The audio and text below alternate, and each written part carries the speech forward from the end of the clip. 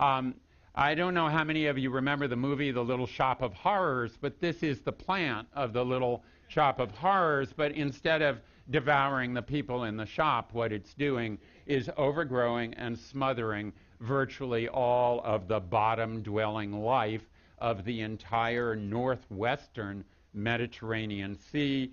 We don't know anything that eats it. We're trying to do all sorts of genetics and figure out something that could be done. But as it stands, it's the monster from hell about which nobody knows what to do. Now, another form of pollution that's biological pollution is what happens from excess nutrients.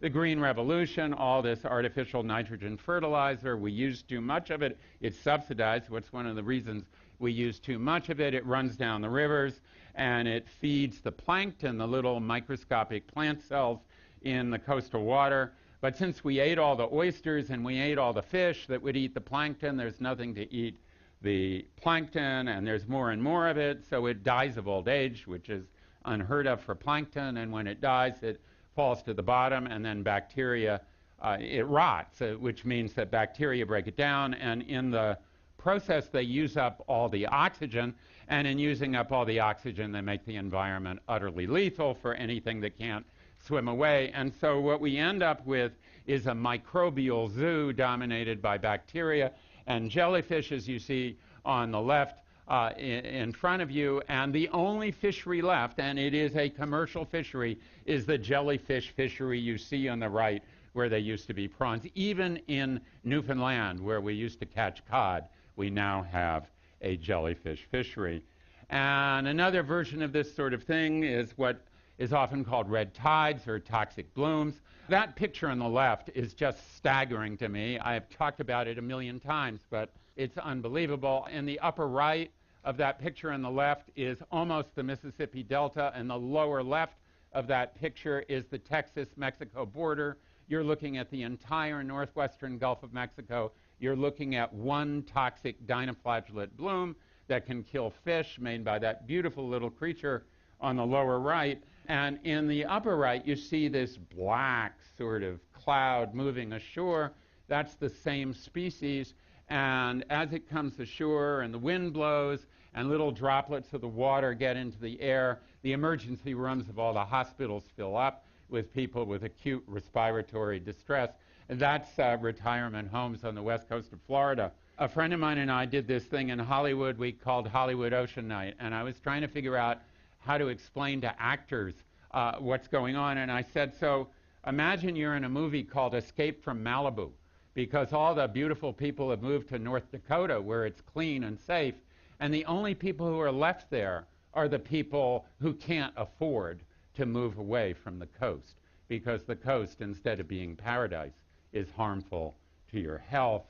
And then this is amazing. It was when I was on holiday last early autumn in France. This is from the coast of Brittany, which is being enveloped in this green algal slime.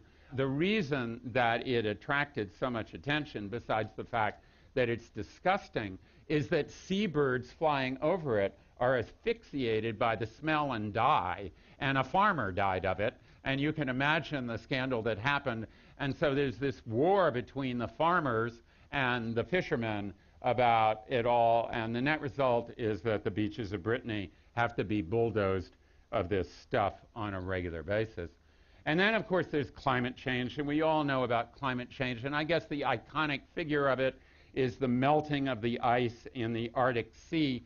Think about the thousands and thousands of people who died trying to find the Northwest Passage. Well, the Northwest Passage is already there. I think it's sort of funny. It's on the Siberian coast. Maybe the Russians will charge tolls. The governments of the world are taking this really seriously. The military of the Arctic nations is taking it really seriously. For all the denial of climate change by government leaders, the CIA and the navies of Norway and the US and Canada or whatever are busily thinking about how they will secure their territory in this inevitability from their point of view. And of course, Arctic communities are toast. the other kinds of effects of climate change, this is coral bleaching. It's a beautiful picture, right? All that white coral, except it's supposed to be brown. And what happens is that the corals are a symbiosis, and they have these little algal cells that live inside them, and the algae give the corals sugar, and the corals give the algae nutrients and protection. But when it gets too hot, the algae can't make the sugar. The corals say, you cheated, you didn't pay your rent. They kick them out, and then they die. Not all of them die. Some of them survive. Some more are surviving, but it's really bad news. To try and give you a sense of this, imagine you go camping in July somewhere in Europe or North America. And you wake up the next morning and you look around you and you see that 80% of the trees, as far as you can see, have dropped their leaves and are standing there naked.